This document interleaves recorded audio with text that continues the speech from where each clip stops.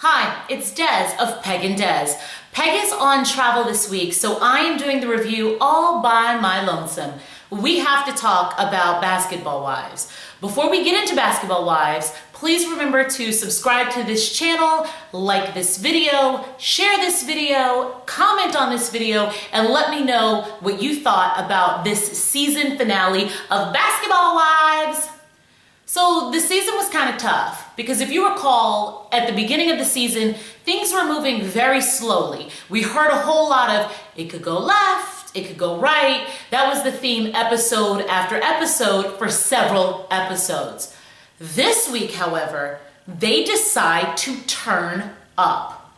There was so much going on this episode, I was wondering why couldn't we stretch some of this activity out over the rest of the season? Let's first talk about Shawnee's play. So Shawnee, aka the new Tyler Perry, is doing dumb plays.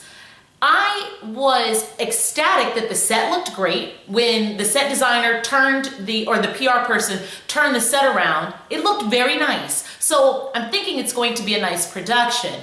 What I wasn't so excited about was after the two actors have that scandal-like dialogue where people are just talking fast for no reason. What are you doing? What do you mean? What am I doing? Why'd you say that? What do you mean what I said? That kind of dialogue. After that, the main character breaks out into song. Why? The Wives of Basketball is now a musical? But why? And a gospel musical at that. He was singing about Jesus. Talking about his family left him, his friends left him, Lord cleaned this house. I'm all for a good Shirley Caesar moment, but I just couldn't understand why the Wives of Basketball need to now be a gospel play. I wasn't sure when they made that directional change. I was also wondering if Marlon, Shawnee's boyfriend, was supposed to be the guy in that particular scene, if he'd been replaced or if they just have multiple men in the play. I mean, I imagine that they may, but I haven't heard anything else about him in that production throughout the rest of the season. When basketball, or the Wives of Basketball, comes to a small theater near me, I'm not sure if I will be in attendance. I'm not 100% on that one. I feel like on the strength of Tennessee Williams, I may not. But I'm not knocking Shawnee. I mean, we all need to diversify our portfolios. Let's talk about The Stalker. The Stalker was very interesting. I want you all to leave me some comments about what you thought about The Stalker. If you have a stalker, right, someone who is following you online, following you in life, following your family, making connections with them, acting as if they know them better than you know them, is it prudent of you to have a seat with them? I was always under the impression that I paid good taxes so that the police department could handle those types of things for me. That's what I was thinking about my tax money. I'm not sure how you feel. Leave me a comment and let me know if you have or if you would ever confront your stalker. I want to know, because I can tell you right now, absolutely not. I run away from danger. If it looks rough, I'm in the opposite direction. Whatever the opposite of ride or die is, well, like sit and live, that is who I am. Sit and live. The stalker situation was ridiculous. She comes in and I couldn't tell who was crazier, she or Tasha. And I'll tell you this, Tasha didn't look as crazy because she looked very nice. I love that black jacket, by the way, with the leather sleeves and the puffy lapels.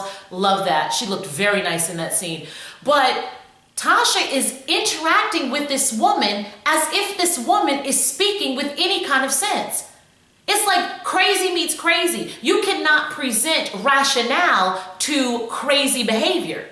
And Tasha was talking to her as if the woman had some rationale about herself. She was at the stalker was at the table talking about she knows Stefan very well. Apparently she's posting pictures of Stefan. She even says that she knows Tasha's in-laws better than Tasha knows them.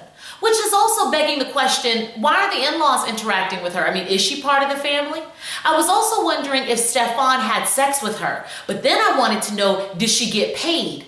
But then I answered my own question when I saw her dress and decided that pay half dress is not on the strength of Stefan Marbury $900,000 payoff money. You know he had to pay the remaining balance to that chef. Moving on. So the stalker is at the table with a blood red lip, red rum, and she is talking ridiculous. Shawnee notifies her that she's speaking in crazy tongue. Tammy says, I was hoping you weren't going to be psycho, and she actually turns out to be such. And the dialogue really just goes back and forth like that until Tasha dismisses her from the table. But the next question I have is, well, what are we gonna do next? Well, I mean, she's probably gonna go get on Twitter now or be in your backyard now. And since your whole life is all over television, I can imagine her being up at the Weave Bar. By the way, has anybody been to the Weave Bar website? They have some reasonable prices. I don't know about heading to Never Ran, Never Will, Brownsville, but they seem to have some reasonable prices. Someone out there, go to that Weave Bar, send me some pictures, let me know how your hair is snatched. Maybe I'll send someone else. I'm not going, but maybe I'll send someone else. So the stalker situation, that was that this week. Let's talk about Kenya. That was like the juice. Oh, it got me so excited to see Kenya and her messiness. Kenya's Bizak. And she is delivering one of the angrier performances I've ever seen. So she comes out and she gives everybody the finger, which I could not understand. Has anybody out there ever had a hater? If you've ever had a hater, put your middle finger in the air. And I couldn't understand it. People came out to see you this evening. Why? I don't know. But why are you flicking people off? Evelyn gave us the greatest face. Evelyn looked like somebody had put bath salts underneath her left nostril and feces underneath her right. She could not have been more disgusted by that performance. And then, of course, Susie is sitting there with rotten tomatoes. Number one, where'd you get the rotten tomatoes? Did you buy those tomatoes and allow them to sit in the sunlight in your home in preparation for this performance? Because if so, that makes you just as ridiculous as she is. I know you didn't buy those rotten tomatoes at the grocery store that day. Not possible. Then Kenya comes over after the performance. It's winded.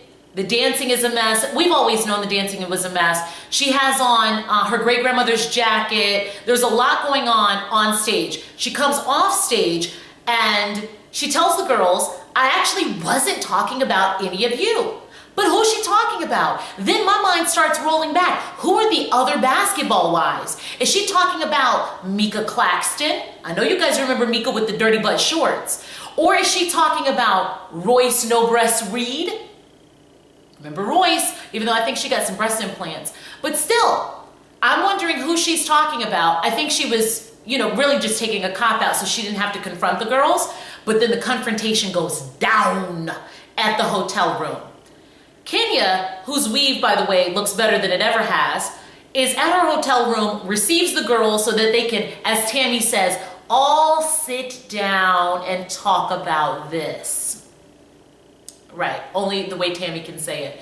They all go over there and people are eating meatballs, veggies, and before you know it, Susie levies violence against Kenya.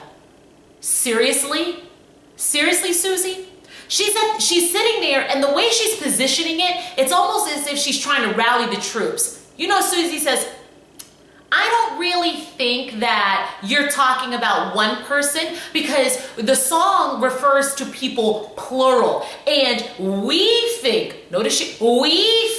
that you are talking about more than one person. And I think that we think. She was really trying to bring the rest of the group in. Everybody else was snacking on a carrot and drinking some champagne. Nobody was really beat for that. And then when Susie got up and levied the violence, it really went down. VH1 turned the camera because Shawnee is trying to get into gospel plays, so she needs to associate herself with something better. And then we see Susie post-fight when the camera comes back to her, and she is a hot, thunderous mess. It looked like Shawshank Redemption in that living room. I could not understand what will possess Susie, who has no fighting capabilities. You can't even tell someone off very well. Yet you decide to levy violence against Kenya, and Kenya beat you behind. I didn't even need to see the fight to know that Kenya beat you behind because I saw that her makeup was still in place. And the only thing that was slightly adjusted were her natural edges, and even those were still laying down because I know she had that good edge control. Right. So it was a mess. Susie had a bloody lip. I know you all saw the blood pouring from her mouth. She had scratches in her face. Her eyes were yellow like she had jaundice. It was a mess. It was an absolute catastrophe. That is what you don't do. You do not start a fight if you know you cannot win that fight. That is not David and Goliath, Susie. Matter of fact, you're actually the David in the or the Goliath in this situation. Just tall and can't fight. But that was it this season. That's it. To my understanding, Basketball Wives is not going to be coming back, although Kenya was standing in the hallway as if she was trying to get a spin-off show called Who Can Be Crazier Than I Am. Did you all see her face? That was like the closing of Basketball Wives this season. Season was tough at some points. This episode did not disappoint. There was a lot going on here. I'm looking for Evelyn's clothing line. I'm shopping for Tammy's nail polish. I may send someone to the weave bar. I may send someone to Shawnee's gospel play. Susie has nothing for me. Other than that, goodbye. Oh, make sure, subscribe to this channel, like this video, share this video. You know the deal. Goodbye.